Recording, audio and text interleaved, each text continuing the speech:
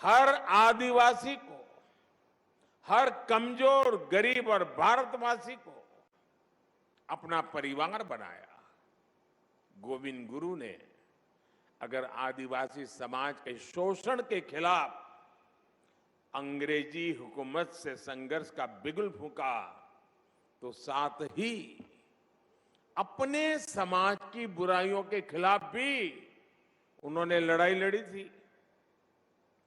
वो एक समाज सुधारक भी थे, वो एक आध्यात्मिक गुरु भी थे, वो एक संत भी थे, वो एक लोक नेता भी थे। उनके जीवन में हमें साहस, शौर्य के जितने महान दर्शन होते हैं, उतना ही ऊंचा उनका दार्शनिक और बौद्धिक चिंतन भी था। गोविंद गुरु का वो चिंतन, वो बोध आज भी उनकी धुनी के रूप में मानगढ़ धाम में अखंड रूप से प्रदीप्त हो रहा है। और उनकी संप सभा, देखिए शब्द भी कितना मार्मिक है। संप सभा, समाज के हर तबके में संप भाव पैदा हो, इसलिए उन्होंने संप सभा के आदर्श आज भी एकजुटता, प्रेम और भाईचारा की प्रेरणा दे रहे हैं। उनके भगत अनुयायी आज भी भारत की आध्यात्मिकता को आगे बढ़ा रहे हैं। साथियों, 17 नवंबर 1913 को मानगढ़ में जो नरसंहार हुआ, वो अंग्रेजी हुकूमत की क्रूरता की पराकाष्ठा थी।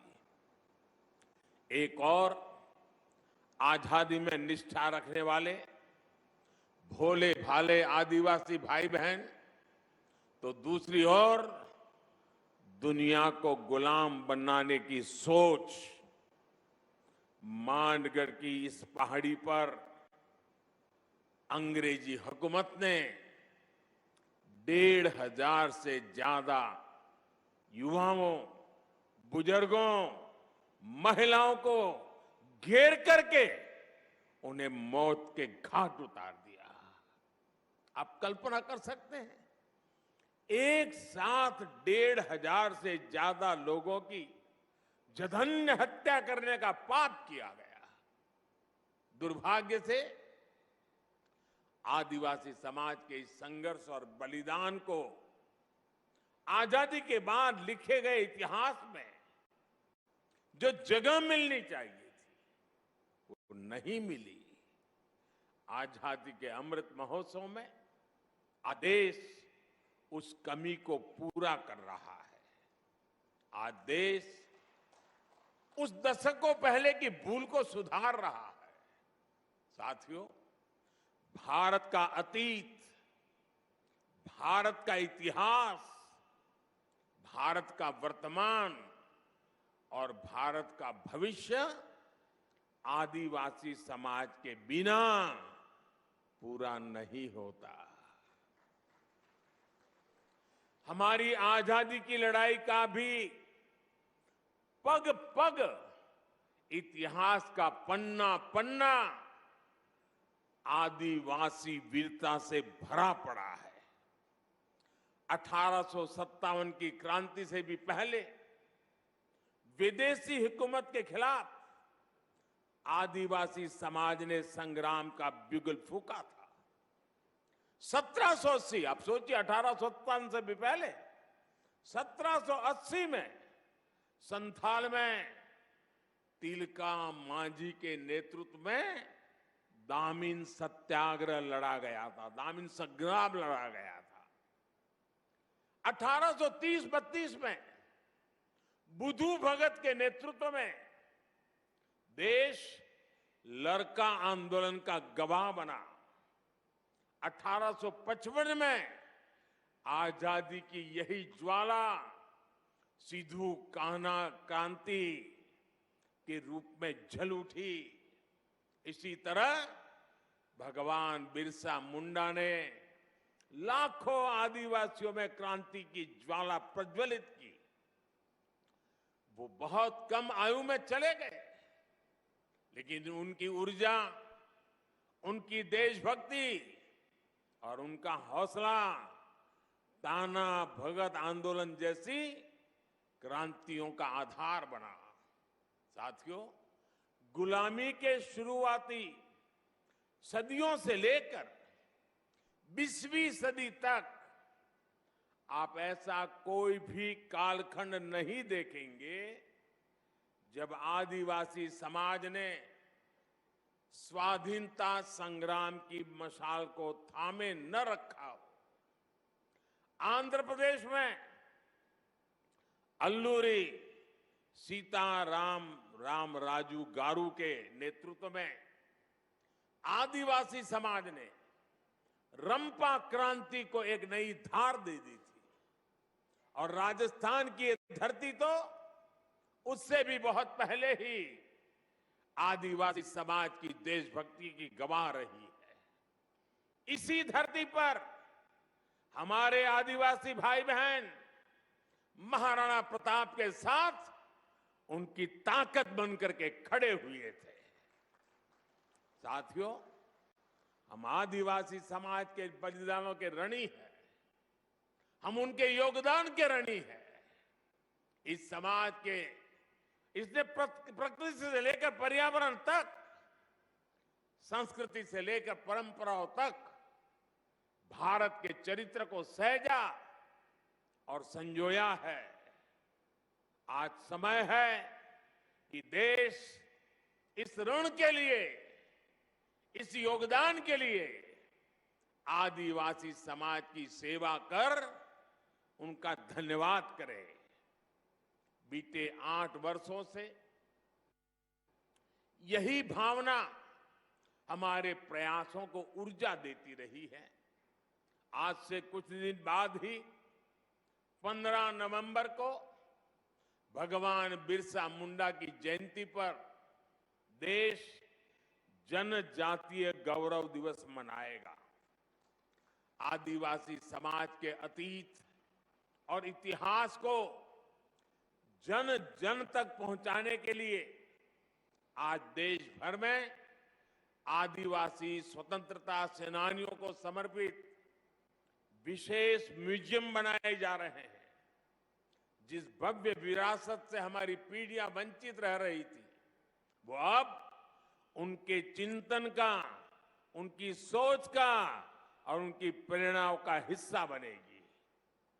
भाइयों बहनों, देश में आदिवासी समाज का विस्तार और उसकी भूमिका इतनी बड़ी है कि हमें उसके लिए समर्पित भाव से काम करने की जरूरत है। राजस्थान और गुजरात से लेकर पूर्वोत्तर और ओडिशा तक विविधता से भरे आदिवासी समाज की सेवा के लिए आज देश स्पष्ट नीतियों के साथ काम कर रहा है। वन बंधु कल्याण योजना के जरिए आज जनजातीय आबादी को पानी, बिजली, शिक्षा, स्वास्थ्य और रोजगार के अवसरों से जोड़ा जा रहा है। आज देश में वन क्षेत्र भी बढ़ रहे हैं, वन संपदा भी सुरक्षित की जा रही है और साथ ही आदिवासी क्षेत्र डिजिटल इंडिया से भी जुड़ रहे हैं। पारंपरिक कौशल के साथ साथ आदिवासी युवाओं को आधुनिक शिक्षा के भी अवसर मिले, इसके लिए एकलव्य आदिवासी विद्यालय भी खोले जा रहे हैं। यहां इस कार्यक्रम के बाद मैं जामुगोड़ा जा रहा हूं, जहां गोविंद गुरुजी के नाम पर बनी यूनिवर्सिटी के भव्य प्रशासनिक कैंपस का लोकार्पण करूंगा। साथियों, आज आपके बीच आया हूं तो एक और बात भी मेरा बताने का मन करता है।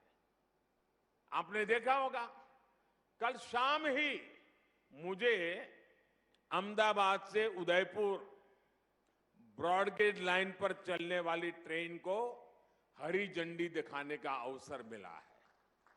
300 किलोमीटर लंबी इस रेल लाइन का ब्रॉडगेज में बदलना राजस्थान के हमारे भाई और बहनों के लिए भी बहुत महत्वपूर्ण है। इस परिवर्तन से राजस्थान के अनेक आदिवासी क्षेत्र गुजरात के आदिवासी क्षेत्रों से जुड़ जाएंगे। इस नई रेल लाइन से राजस्थान के टूरिज्म को भी बड़ा लाभ होगा, यहां के औद्योगिक विकास में भी मदद मिलेगी। इससे युवाओं को रोजगार की भी नई संभावनाएं बढ़ेगी। साथियों, अभी यहां मानगढ़ धाम के संपूर्ण विकास की चर्चा भी हुई है। मानगढ़ धाम के भव्य विस्तार की प्रबल इच्छा हम सभी में है। इसके लिए राजस्थान, गुजरात, मध्य प्रदेश और महाराष्ट्र को मिलकर काम करने की आवश्यकता है। मेरे यहां चारों राज्य और सरकारों से आग्रह है कि इस दिशा में विस्तृत चर्चा करें, एक रोड मैप तैयार करें, ताकि गोविंद गुरु जी का स्मृति स्थल भी पूरे विश्व में अपनी पहचान बनाए। मुझे विश्वास है मानगढ़ धाम का विकास इस क्षेत्र को नई पीढ़ी के लिए प्रेरणा का एक जागृत स्थल बनाएगा। और मैं ये विश्वास दिलाता हूं, क्योंकि कई दिनों से हमारी चर्चा चल रही है, जितना जल्दी, जितना ज्यादा क्षेत्र हम निर्धारित करेंगे, तो फिर सब मिलकर के और भारत सरकार के नेतृत्व में हम इसको और अधिक विकास कर सकते हैं। इसको कोई राष्ट्रीय स्मारक कह सकता है, कोई संकलित व्यवस्था कह सकता है, नाम तो कोई भी दे देंगे, लेकिन भारत सरकार और इन 4 राज्यों के जनजातीय समाज का सीधा संबंध है। इन चारों राज्यों ने और भारत सरकार ने मिलकर के इसको और नई ऊंचाइयों पर ले जाना है। उस दिशा में भारत सरकार पूरी तरह कमिटेड है। मैं फिर एक बार आप सबको बहुत बहुत शुभकामनाएं देता हूं। गोविंद गुरु के श्री चरणों में प्रणाम करता हूं। उनकी धुनी से मिली हुई प्रेरणा से आदिवासी समाज के कल्याण का संकल्प लेकर के हम सभी निकले, यही मेरी आप सबसे प्रार्थना है। बहुत बहुत धन्यवाद।